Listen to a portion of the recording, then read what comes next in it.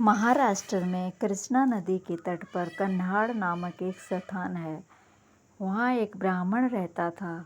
उसके घर में वह, उसकी स्त्री, पुत्र तथा साध्वी पुत्रवधू ये 4 प्राणी थे। ब्राह्मण के पुत्रवधू का नाम सखुबाई था।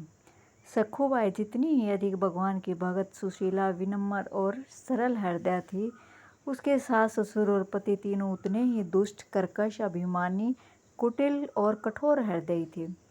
वे सखू को सताने में कुछ भी कसर नहीं रखते थे। तड़के से लेकर रात तक, सबके सो जाने तक मशीन की भांति बिना विश्राम काम करने पर भी सास उसे भरपेट खाने को नहीं देती थी। लेकिन सखूबाई से इसे भी भगवान की दया समझकर अपने कर्तव्यानुसार अस्वस्थ हो जाने पर भी काम करती रहती। परंतु दुष्टा सास इतने पर भी राजी न होती। वह उसे 2-4 लात घूंसे मार कर और उसको तथा उसके माँ बाप को 10-20 बार गालियाँ सुनाए बिना संतुष्ट नहीं होती थी। परंतु सखू सास के सामने कुछ न बोलती। वह इन दारुण दुखों को अपने कर्मों का भोग और भगवान का आशीर्वाद समझकर सदा प्रसन्न रहती। महाराष्ट्र में पंढरपुर वैष्णव का प्रसिद्ध तीर्थ है। वहाँ प्रतिवर्ष आषाढ़ शुक्ला एकादशी को बड़ा भारी मेला होता है। लाखों नर नारी कीर्तन करते हुए भगवान पंढरीनाथ श्री विठ्ठल के दर्शनार्थ दूर दूर से आते हैं। इस बार भी कुछ यात्री कन्हाड़ की तरफ से होकर पंढरपुर के मेले में जा रहे थे। सखू इस समय कृष्णा नदी पर जल भरने गई थी। इन सब को जाते देखकर उसके मन में श्री पंढरीनाथ के दर्शन करने की प्रबल इच्छा हुई। उसने सोचा कि सास ससुर आदि से तो किसी तरह आज्ञा मिल नहीं सकती और पंढरपुर जाना निश्चित है, अतः क्यों न इसी मंडली के साथ चल पड़ूं। वह उनके साथ ही हो ली। उसके एक पड़ोसी ने यह सब समाचार उसकी दुष्टा सास को जा सुनाया।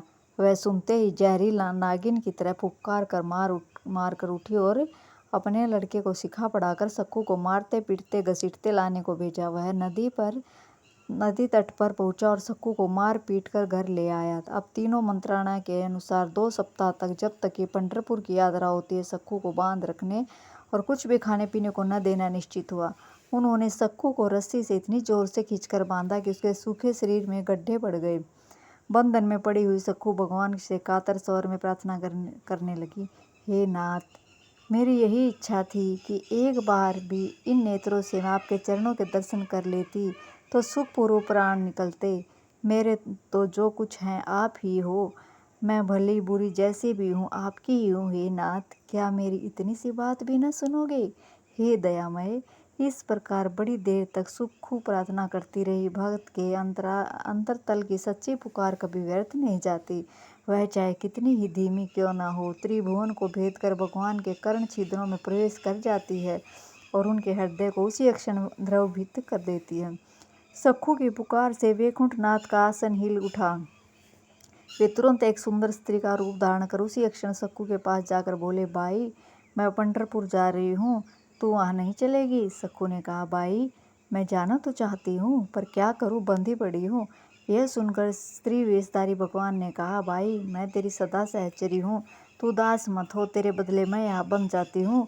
यह कहकर भगवान ने तुरंत उसके बंधन खोल दिए और पंढरपुर जा पहुँचा दिया। आज सखू का केवल यही बंधन नहीं खुला, उसके सारे बंधन सदा के लिए खुल गए। वह मुक्त हो गई। सखू का वेश धारण किए नाथ बंधे हैं। सखू के सास ससुर आदि आते हैं और बुरा भुला कहकर चले जाते हैं। भगवान भी सुशीला वधू की तरह सब कुछ सह रहे हैं। इस प्रकार बंधे हुए पूरे 15 दिन हो गए।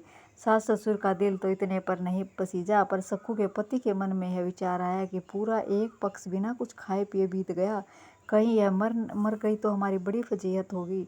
अतः वह पश्चाताप करता हुआ सखू वेशधारी भगवान के पास पहुंचा और सारे बंधन काटकर क्षमा प्रार्थना करके बड़े प्रेम से स्नान भोजन आदि करने के लिए कहने लगा। भगवान भी ठीक पतिव्रता पत्नी की भांति सिर नीचा किए खड़े रहे। वे सखू के आने से पहले ही अंतर्ध्यान होने में उनकी विपत्ति की आशंका से सखू के लौट आने पर वहीं ठहरे रहे। उन्होंने स्नान करके रसोई बनाई और स्वयं अपने हाथ से तीनों को भोजन कराया। आज के भोजन में कुछ विलक्षण स्वाद था। भगवान ने अपने सुंदर व्यवहार और सेवा से सबको अपने अनुकूल बना लिया। इधर सखूबाई पंढरपुर पहुंचकर भगवान के दर्शन करके आनंद सिंधु में डूब गई। वह यह भूल ही गई कि कोई दूसरी स्त्री उसकी जगह बंदी है। उसने प्रतिज्ञा कर ली कि वह भी शरीर से प्राण है जब तक वह पंढरपुर की सीमा से बाहर नहीं जाएगी। प्रेम मुग्धा सखू भगवान पांडुरंग के ध्यान में संलग्न हो गई। वह समाधिस्थ हो गई। अंत में सखू के प्राण कलेवर छोड़कर निकल भागे और शरीर अचेतन होकर गिर पड़ा। देव योग से कन्हाड़ के निकटवर्ती केवल नामक ग्राम से एक ब्राह्मण ने उसे पहचान कर अपने साथियों को बुलाकर उसकी अंत्येष्टि क्रिया की। अब जगन्नाथ माता श्री विष्णु श्री रुक्मिणी जी ने देखा कि यह तो वहाँ मर गई है और मेरे स्वामी इसकी जगह बहू बने बैठे हैं। मैं तो बेढप फंसी। यह विचार कर उन्होंने शमशान में जाकर सखू की हड्डियां बटोर उन्हें प्राण संचार कर दिया। सखू नवजीवन पाक शरीर में जीवित हो गई। जो महामाया देवी समस्त ब्रह्मांड की रचना और उसका विनाश करती है, उसके लिए सखू को जीवित करना कौन बड़ी बात थी। उसे जीवित करके माता ने कहा, तेरी प्रतिज्ञा यही थी ना कि तू इस शरीर से पंढरपुर से बाहर न जाएगी। तेरा वह शरीर तो जला दिया गया है। अब तू इस शरीर से यात्रियों के साथ घर लौट जा। सखू यात्रियों के साथ 2 दिन कन्हाड़ पहुंच गई। सखू को आना देखकर सखू वेशधारी भगवान नदी तट पर घड़ा लेकर आ गए। सखू के आते ही दो चार मीठी बातें बनाकर घड़ा उसे देकर अदृश्य हो गए। सखू घड़ा लेकर घर आई और अपने काम में लग गई, परंतु घर वालों का स्वभाव परिवर्तन देखकर उसका बड़ा आश्चर्य हुआ। कुछ दिनों बाद वह केवल गांव वाला ब्राह्मण जब सखू की मृत्यु का समाचार पाकर उसके घर आया, दोनों ने सखू को घर के काम में देखा, तब उसके आश्चर्य का पारावार न रहा। उसने सखू के सास ससुर को बाहर बुलाकर उससे कहा कि तुम्हारी बहू तो पंढरपुर में मर गई, वह कहीं प्रेत बनकर तो तुम्हारे यहाँ नहीं आ गई। सखू के ससुर और पति ने कहा, वह पंढरपुर गई ही नहीं, तुम ऐसी बात कैसे कर रहे हो, वह तो यहाँ पर बंधी हुई थी। सखू की बात सुनकर सास ससुर और पति ने बड़ा पश्चाताप के साथ कहा, निश्चय ही यहाँ बंधने वाला स्त्री के रूप में साक्षात लक्ष्मीपति ही थी। हम बड़े नीच और कुटिल हैं जो हमने उन्हें इतने दिनों तक बांध कर रखा और उन्हें नाना प्रकार के क्लेश दिए। तीनों के हृदय बिल्कुल शुद्ध हो चुके थे। अब वे भगवान के भजन में लग गई। सखू का बड़ा ही उपकार मानकर उसका सम्मान करने लगे। इस प्रकार भगवान की दया से अपने सास ससुर और पतिदेव के अनुकूल बनाकर सखू बाई जन्म भर उनकी सेवा करती रही और अपना सारा समय भगवान के नाम स्मरण, ध्यान, भजन आदि में बिताती रही।